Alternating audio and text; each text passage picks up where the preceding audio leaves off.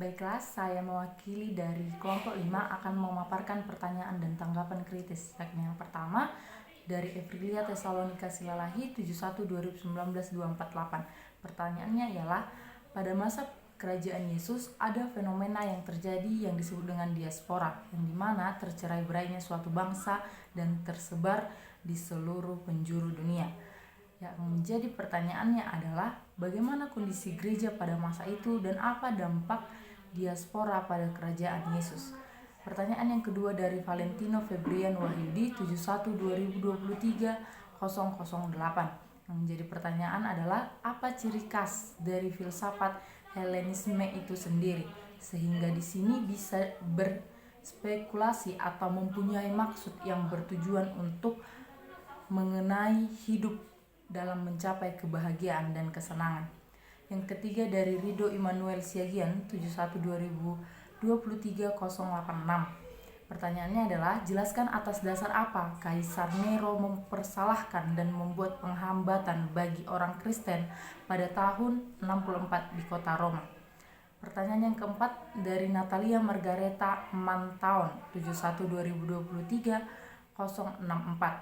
Dalam penjelasan terdapat dua perbedaan, yaitu gereja mula-mula lebih menekankan pada hal-hal mistis dan gereja di barat lebih menekankan pada kebajikan dan memberikan sedekah. Memberikan contoh hal-hal mistis seperti apa yang ada dalam gereja mula-mula dan kebijakan apa saja yang ditekankan di gereja barat. Pertanyaan selanjutnya datang dari Guru Jackson Andrianto Tampubolon dengan NIM 71/2023-322. Yang pertama, mengapa bahasa Yunani sebagai bahasa umum digunakan dalam melakukan penyebaran ajaran kekristenan di Selat Gibraltar, Efrat hingga Mesir? Padahal kita tahu mereka memiliki peradaban sendiri dan linguistik yang hebat. Pertanyaan yang kedua, bagaimana peta sebaran gereja pada awalnya di bawah pemerintahan Kekaisaran Romawi, dan apa pengaruh bahasa Yunani Koine terhadap pengembangan gereja? Pertanyaan selanjutnya, bagaimana intervensi politik Kekaisaran Romawi mempengaruhi keadaan batinia bangsa-bangsa yang dulunya hidup berdampingan menurut adat istiadat dan agama mereka? Pertanyaan selanjutnya, bagaimana agama-agama Timur mempengaruhi pandangan tentang kesulitan dunia dan tujuan akhir hidup, serta apa persamaan dan perbedaan antara agama-agama tersebut? Pertanyaan selanjutnya, bagaimana jalan filsafat dari tokoh seperti Stoa, pengikut Epicurus, dan Plato mempengaruhi pemahaman tentang hidup, kebahagiaan, dan jiwa dalam konteks sejarah gereja?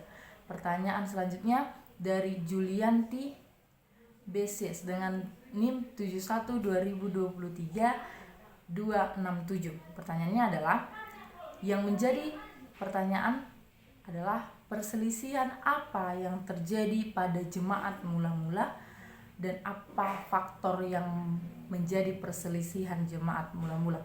Pertanyaan terakhir datang dari Tony Kahlabu 71/2023-047. Apa saja peran Roh Kudus dalam pembentukan gereja perdana? Demikian pertanyaan kritis dari kelompok 5 untuk kelompok 1, dan adapun tanggapan kritis kami, yakni dari presentasi materi kelompok 1, kami kelompok 5 memahami hal apa saja yang terdapat di dalam gereja, di dalam sejarah gereja, dan mengetahui bagaimana orang-orang yang menjadi saksi pada konteks awal munculnya gereja, di mana pada masa itu terdapat penghambatan, yakni Polikarpus, kekejaman Kaisar Nero terhadap orang Kristen pada tahun 64. Mereka dibakar hidup-hidup lalu diberikan sebagai makanan kepada hewan buas dan dipertontonkan. Perjalanan sejarah gereja sampai zaman sesudah para rasul gereja mulai berkembang pesat lewat persebaran terhadap spirit kekristenan untuk mendirikan sebuah gereja.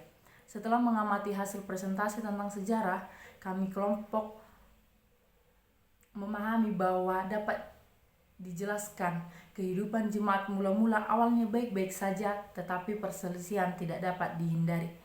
Seperti yang dijelaskan bahwa ada beberapa ajaran filsafat selain Stoa dari pengikut Epicurus yang mempunyai maksud bertujuan untuk hidup dalam pencapaian kebahagiaan dan kesenangan dengan hidup yang telah diimpikan.